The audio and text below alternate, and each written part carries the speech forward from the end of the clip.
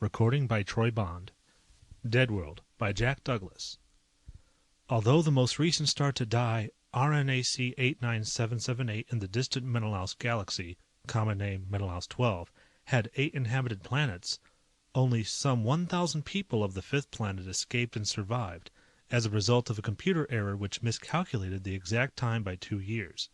Due to basic psychophilo maladjustments, the refugees of Menelaus 12-5 are classified as antisocial types B6 and must be considered unstable. All antisocial types B6 are barred from responsible positions in United Galaxies by order of the Intergalactic Council. Short history of the United Galaxies. Juan Saltario started it. He was serving in my company and he was one of them. Menelaus 12-5, unstable. And don't ever call that damn little planet by its number if you meet one of them. They call it Nova Morania. But you won't meet one of them. Or maybe you will. Maybe they did make it. I like to think they did. There are a lot of them in the companies in 3078. Restless men. The companies were the logical place for them. We're still classified antisocial B6 too. Every year it's harder to get recruits. But we still have to be careful who we take in. We took Juan Saltario. There was something about him from the very start. Why do you want to join a free company? He was a short humanoid type with deep black eyes and a thin, lipless mouth that never smiled. I'm an antisocial. I like to fight. I want to fight. A misfit joining the misfits? A grudge against the council? It's not good enough, mister. We live on the council. Try again. Saltario's black eyes stared without a flicker. You're Red Stone, commander of the Red Company. You hate the council, and I hate the council. You're the... Saltario stopped. I said, the traitor of the glorious war of survival. You can say it, Saltario. The lipless mouth was rigid. I don't think of it that way. I think of a man with personal integrity, Saltario said. I suppose I should have seen it then, the rock he carried deep inside him. It might have saved 30,000 good men. But I was thinking of myself, Commander Red Stone of the Red Company, Earthmen. Only we're not all Earthmen now. Every year there are fewer recruits, and it won't be long before we die out and the council will have the last laugh. Old Red Stone, the traitor of the war of survival. The little finger of my left hand still missing and telling the universe I was a very old soldier of the outlawed free companies, hanging on to life on a rocky planet of the distant Solomon galaxy. Back at the old stand because United Galaxies still need us. In a way it's a big joke.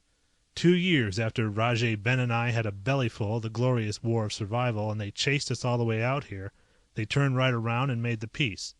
A joke on me, but sometimes I like to think that our run out was the thing that made them think and make peace. When you've been a soldier for 35 years, you like to win battles, but you like to feel you helped bring peace, too. I said, personal integrity. That sounds pretty good, doesn't it? So you like personal integrity? All right, Saltario, are you sure you know what you're getting into? We're 60 million light years from Galaxy Center, 10 million from the nearest United Galaxy city. We've got no comforts, no future, nothing to do but fight. A woman in her right mind won't look at us. If they see you in uniform, they'll spit on you. If they catch you out of uniform, they'll kill you. Saltario shrugged. I like to eat. I've got nowhere to go. All I've got is myself and a big piece of ice I call home. I nodded. Okay. We fight small wars for good profits. It's not Earth out here, but we've got 4 nice suns, plenty of Lucanian whiskey Rajay Ben taught the locals to make, and we're our own masters. The United Galaxies leaves us pretty much alone unless they need us. You do your job, and your job is what I tell you to do, period. You got that straight? Saltario very nearly smiled. It sounds good to me, sir. I hope it'll sound good in a year, Saltario, because once you're in, you don't get out except feet first. Is that clear? I have life and death rights over you. You owe allegiance to the Red Company and me and to no one else. Got that? Today, your best friends are the men of Rajay Ben's Lucanian 4th Free Patrol, and your worst enemies are the men of Mondasiva's Syrian O Company. Tomorrow, Rajay Ben's boys may be your worst enemies and Mondasiva's troops your best friends. It all depends on the contract. A company on the same contract is a friend. A company against the contract is an enemy. You'll drink with a man today and kill him tomorrow. Got it? If you kill a free companion without a contract, you go to court-martial. If you kill a citizen of the United Galaxies except in a battle under contract, I throw you to the wolves, and that means you're finished.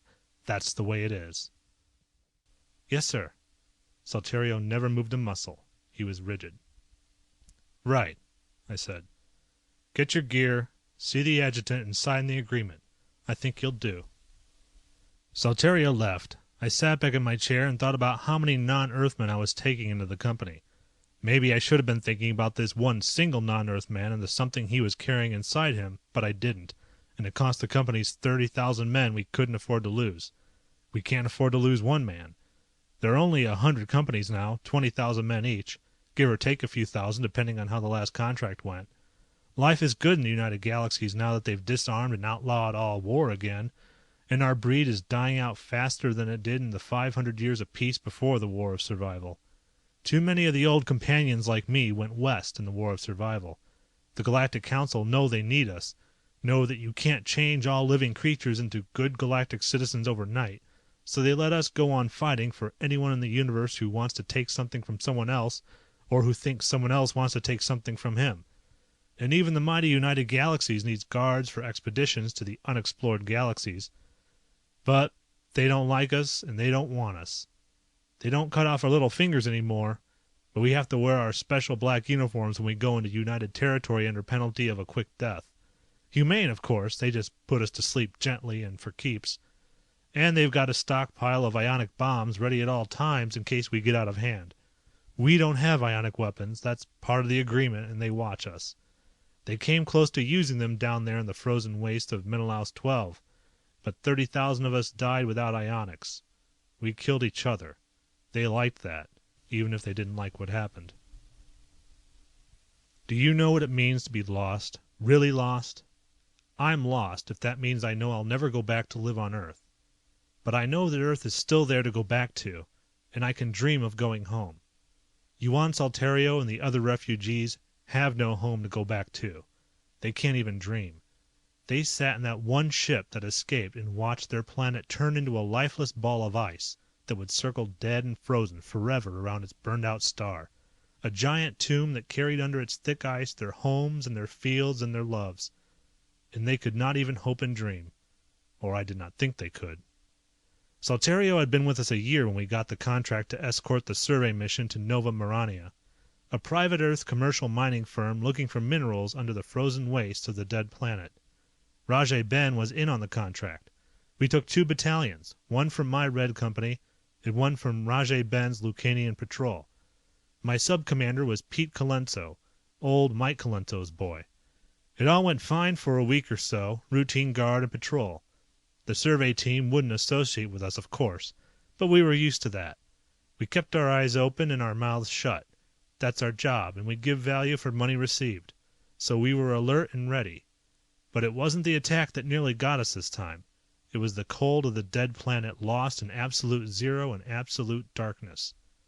Nova Mirania was nearly 40% uranium, and who could resist that? A Centaurian trading unit did not resist the lure. The attack was quick and hard, a typical Lucanian patrol attack.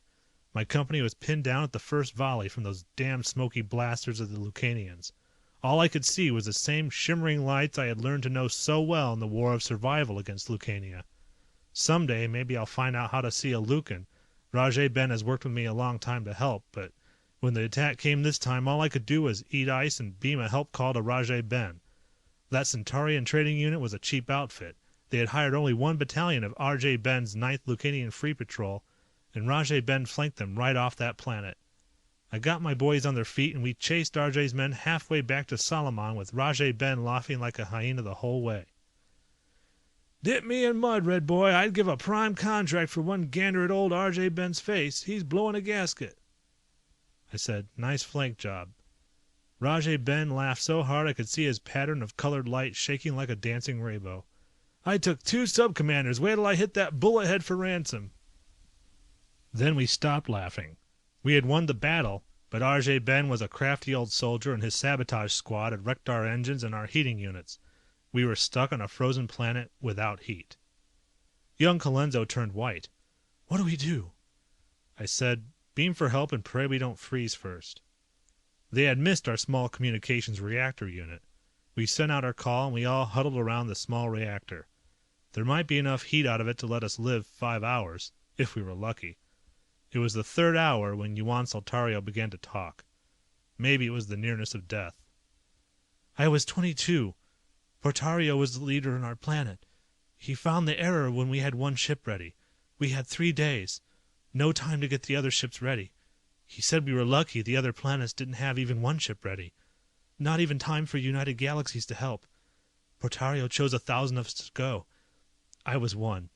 At first I felt very good, you know. I was really happy. Until I found out that my wife couldn't go. Not fit enough.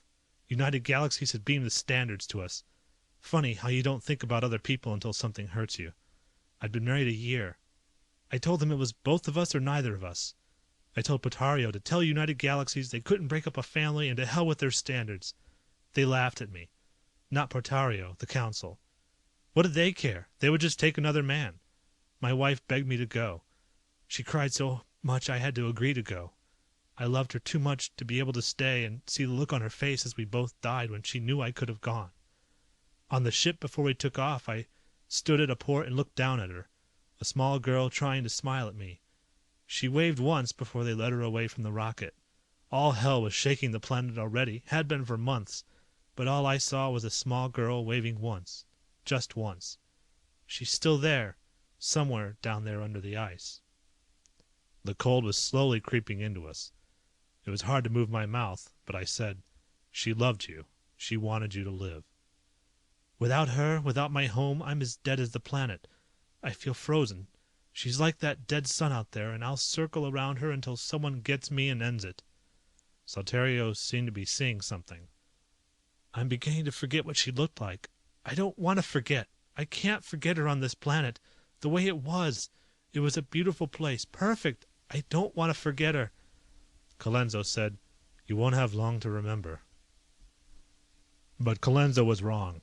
My 3rd Battalion showed up when we had just less than an hour to live. They took us off. The Earth mining outfit haggled over the contract because the job had not been finished, and I had to settle for 2/3 contract price.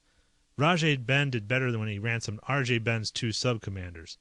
It wasn't a bad deal, and I would have been satisfied, except that something had happened to Yuan Saltario.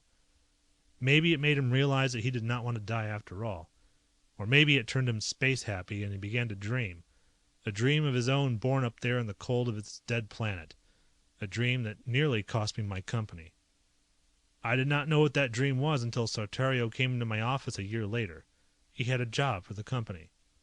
"How many men?" I asked. "Our company and Rajay Ben's patrol," Saltario said. "Full strength?" "Yes, sir." "Price?" "Standard, sir," Saltario said. "The party will pay." "Just a trip to your old planet?" "That's all," Saltario said. "A guard contract. The hiring party just don't want any interference with their project." 2 full companies, 40,000 men. They must expect to need a lot of protecting. "United Galaxies opposes the project, or they will if they get wind of it." I said, "United opposes a lot of things. What's special about this scheme?" Saltario hesitated, then looked at me with those flat black eyes. "Ionics." It's not a word you say or hear without a chill somewhere deep inside. Not even me, and I know a man can survive ionic weapons. I know because I did once. Weapons so powerful I'm one of the last men alive who saw them in action. Mathematically, the big ones could wipe out a galaxy. I saw a small one destroy a star in 10 seconds. I watched Saltario for a long time. It seemed a long time anyway. It was probably 20 seconds. I was wondering if he'd gone space crazy for keeps. And I was thinking of how I could find out what it was all about in time to stop it. I said, 100 companies won't be enough, Saltario. Have you ever seen or heard what an ionic bomb can... Saltario said, "Not weapons, peaceful power." "Even that's out and you know it," I said. "United Galaxies won't even touch peaceful ionics, too dangerous to even use." "You can take a look first."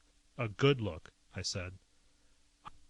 I alerted Rajay Ben and we took 2 squads in a small ship and Saltario directed us to a tall mountain that jutted 100 feet above the ice of Nova Mirania. I was not surprised. In a way I think I knew from the moment Saltario walked into my office. Whatever it was, Saltario was a part of it. And I had a pretty good idea what it was. The only question was how. But I didn't have time to think it out any farther. In the companies you learn to feel danger. The first fire caught 4 of my men. Then I was down on the ice. They were easy to see, black uniforms with white wedges. Pete O'Hara's White Wedge Company, Earthmen. I don't like fighting other Earthmen, but a job's a job and you don't ask questions in the companies. It looked like a full battalion against our 2 squads. On the smooth ice surface there was no cover except the jutting mountain top off to the right, and no light in the absolute darkness of a dead star. But we could see through our viewers and so could they. They outnumbered us 10-1. Rajay Ben's voice came through the closed circuit. "Bad show, Red. They got our pants down." "You call it," I answered. "Break silence." Surrender. When a company breaks silence in a battle, it means surrender. There was no other way. And I had a pretty good idea that the Council itself was behind O'Hara on this job. If it was ionics involved, they wouldn't ransom us. The Council had waited a long time to catch Redstone in an execution offense. They wouldn't miss. But 40 of our men were down already. "Okay," I beamed over the circuit. "Break silence. We've had it, Rajay." "Council offense, Red." "Yeah." Well, I'd had a lot of good years. Maybe I'd been a soldier too long. I was thinking just like that when the sudden flank attack started. From the right. Heavy fire from the cover of the solitary mountaintop. O'Hara's men were dropping. I stared through my viewer. On that mountain I counted the uniforms of 22 different companies. That was very wrong. Whoever Saltario was fronting for could not have the power or the gold to hire 24 companies including mine and Rajay Ben's. And the fire was heavy, but not that heavy. But whoever they were very welcome. We had a chance now. And I was making my plans when the tall old man stood up on the small jutting top of that mountain. The tall old man stood up and a translating machine boomed out, "All of you, O'Hara's men, look at this." I saw it. In a beam of light on the top of that mountain it looked like a small neutron source machine. But it wasn't. It was an ionic beam projector. The old man said, "Go home." They went. They went fast and silent. And I knew where they were going. Not to Solomon. O'Hara would have taken one look at that machine and be halfway to United Galaxy Center before he had stopped seeing it. I felt like taking that trip myself. But I had agreed to look, and I would look. If we were lucky, we would have 48 hours to look and run. I fell in what was left of my company behind the men that had saved us. More company uniforms than I'd ever seen in one place. They said nothing. Just walked into a hole in that mountain. Into a cave. And in the cave at the far end a door opened. An elevator. We followed the tall old man into the elevator and it began to descend. The elevator car went down for a long time. At last I could see a faint glow far below. The glow grew brighter and the car stopped. Far below the glow was still brighter. We all stepped out into a long corridor cut from solid rock.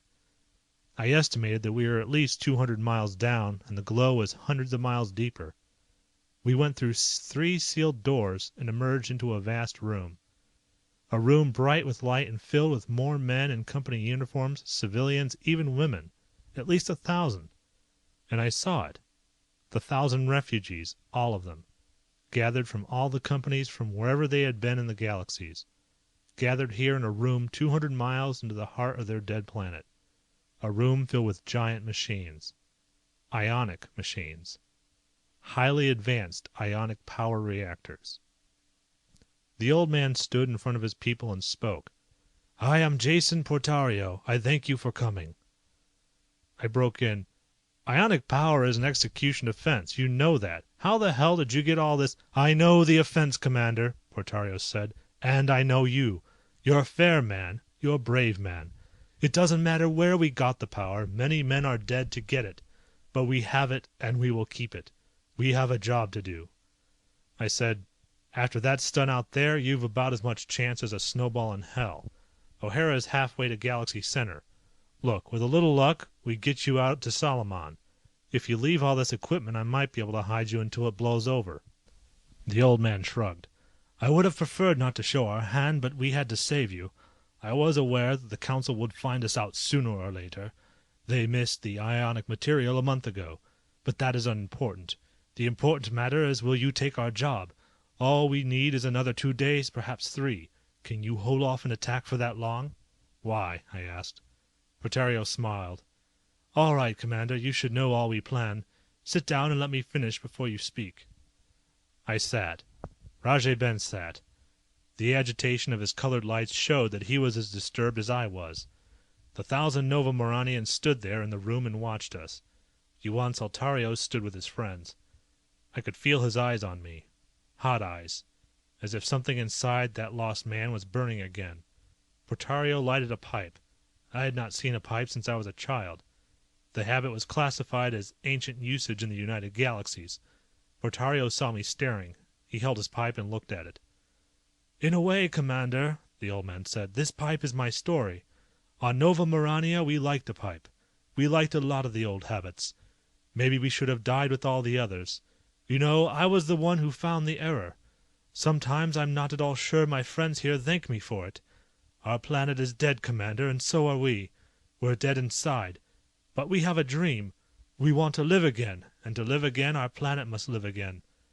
The old man paused as if trying to be sure of telling it right. "We mean no harm to anyone. All we want is our life back.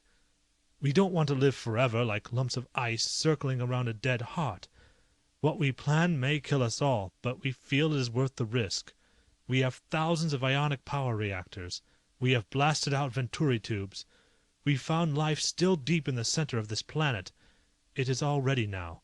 With all the power we have, we will break the hold of our dead sun and send this planet off into space. I said, "You're insane. It can't." "But it can, Commander. It's a great risk, yes, but it can be done. My calculations are perfect. We want to leave this dead system, go off into space and find a new star that will bring life back to our planet. A green, live, warm Nova Morania once again." Rajay Ben was laughing. "That's the craziest damn dream I ever sat still for. You know what your chances of being picked up by another star are? Picked up just right? Why," Portario said, "we have calculated the exact initial thrust, the exact tangential velocity, the precise orbital path we need. If all goes exactly, I emphasize exactly to the last detail as we have planned it, we can do it. Our chances of being caught by the correct star in the absolutely correct position are 1 in 1,000 trillion. But we can do it." It was so impossible I began to think he was right. If you weren't caught just right... Portario's black eyes watched me. "We could burn up or stay frozen and lifeless. We could drift in space forever, as cold and dead as we are now, and our ionic power won't last forever. The forces we will use could blow the planet apart. But we are going to try. We would rather die than live as walking dead men in this perfect united galaxies we do not want." The silence in the room was like a Solomon fog. Thick silence broken only by the steady hum of the machines deep beneath us in the dead planet. A wild, impossible dream of 1,000 lost souls. A dream that would destroy them, and they did not care. There was something about it all that I liked. I said, "Why not get council approval?" Portario smiled. "Council has little liking for wild dreams, Commander. It would not be considered as advancing the future of United Galaxy's destiny. Then there are the ionics," and Portario hesitated, "and there is the danger of imbalance, galactic imbalance. I have calculated carefully, the danger is remote, but Council is not going to take even a remote chance." Yuan Saltario broke in. "All they care about is their damned sterile destiny. They don't care about people. Well, we do. We care about something to live for. The hell with the destiny of the galaxies. They don't know, and we'll be gone before they do know." "They know plenty now. O'Hara's beamed them in." "So we must hurry," Portario said. 3 days, Commander. Will you protect us for 3 days?" A council offense punishable by instant destruction with United Galaxy's reserve ionic weapons in the hands of the super secret police and disaster teams. And 3 days is a long time. I would be risking my whole company. And I heard Rajay Ben laugh. "Blast me, Red, it's so damn crazy I'm for it. Let's give it a shot." I did not know then how much it would really cost us. If I had, I might not have agreed.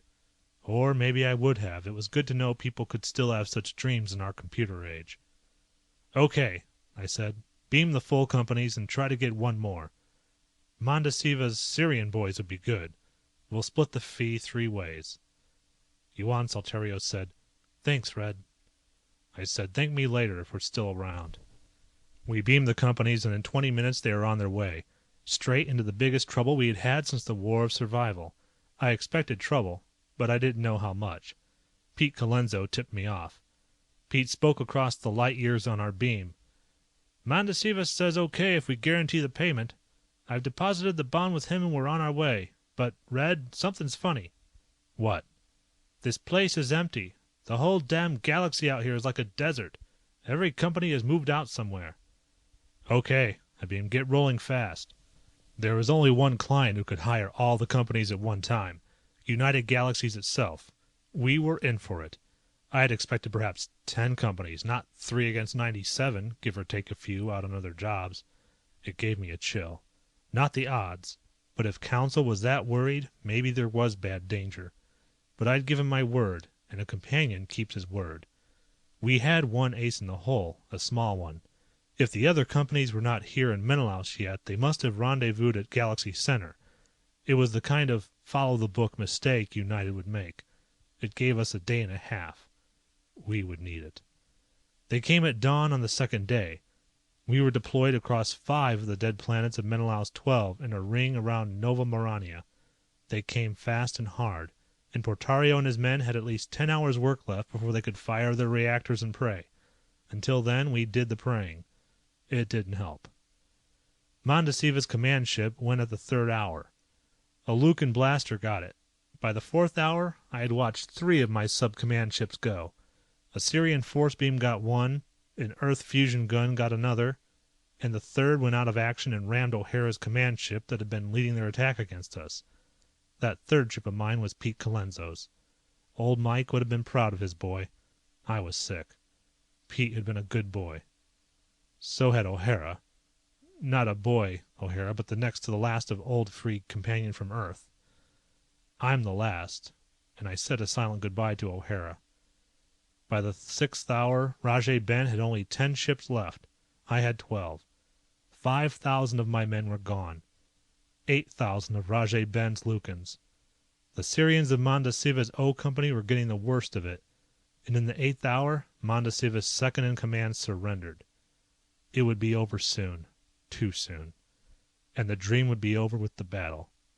I broke silence. "Red Stone calling. Do you read me? Commander Stone calling. Request conference. Repeat, request conference." A face appeared on the intercompany beam screen. The cold, blank, hard-bitten face of the only free company commander senior to me now that O'Hara was gone. Jake Campesino of the Cygni Black Company. "Are you surrendering, Stone?" "No. I want to speak to my fellow companions." Campesino's voice was like ice. "Violation! You know the rules, Stone. Silence cannot be broken in battle. I will bring charges. You're through, Stone." I said, "Okay, crucify me later, but hear me now." Campesino said, "Close silence or surrender." It was no good. We'd had it. And across the distance of battle, Rajay Ben's face appeared on the screen. The colored lights that were a Lucan's face, and I knew enough to know that the shimmering lights were mad. "The hell with them, Red. Let's go all the damned way." And a new face appeared on the screen. A face I knew too well. First Counselor Rourke. "Stone, you've done a lot in your day, but this is the end, you hear me? You're defending a madman in a council crime. Do you realize the risk? Universal imbalance. The whole pattern of galaxies could be destroyed. We'll destroy you for this, Stone. An ionic project without council authorization?" I said to Campesino, "5 minutes, Commander. That's all." There was a long blank on the screen, then Campesino's cold face appeared. "Okay, Red, talk. I don't like civilian threats. You've got your 5 minutes. Make it good." I made it good. I told them of a handful of people who had a dream. A handful of people who wanted their home back. A few lost souls who would rather die trying to live the way they wanted to live than go on living in a world they did not want. And I told them of the great United Galaxies that had been created to protect the dreams of everyone in it and had forgotten why it had been created. I told them that it did not matter who was right or wrong, because when a man can no longer dream, something has gone wrong in the universe. When I finished, Campesino's face was impassive. Campesino said, "You heard Commander Stone, men. Close off, Stone. Give me a minute to get the vote." I waited. It was the longest minute of my life. "You win, Red," Campesino said. He was smiling at me. Go home, counselor. Battle's over. The counselor went. He said there would be hell to pay, and maybe there will be, but I don't think so. They still need us. We lost 30,000 good men in all the companies. But when the next dawn came, Nova Marania was gone. I don't know where they went, or what happened to them. Here in my stronghold, I sometimes imagine them safe and rebuilding a green world where they can smoke pipes and live their own lives. And sometimes I imagine them all dead and drifting out there in the infinity of space. I don't think they would mind too much, either way. You've been listening to Dead World by Jack Douglas.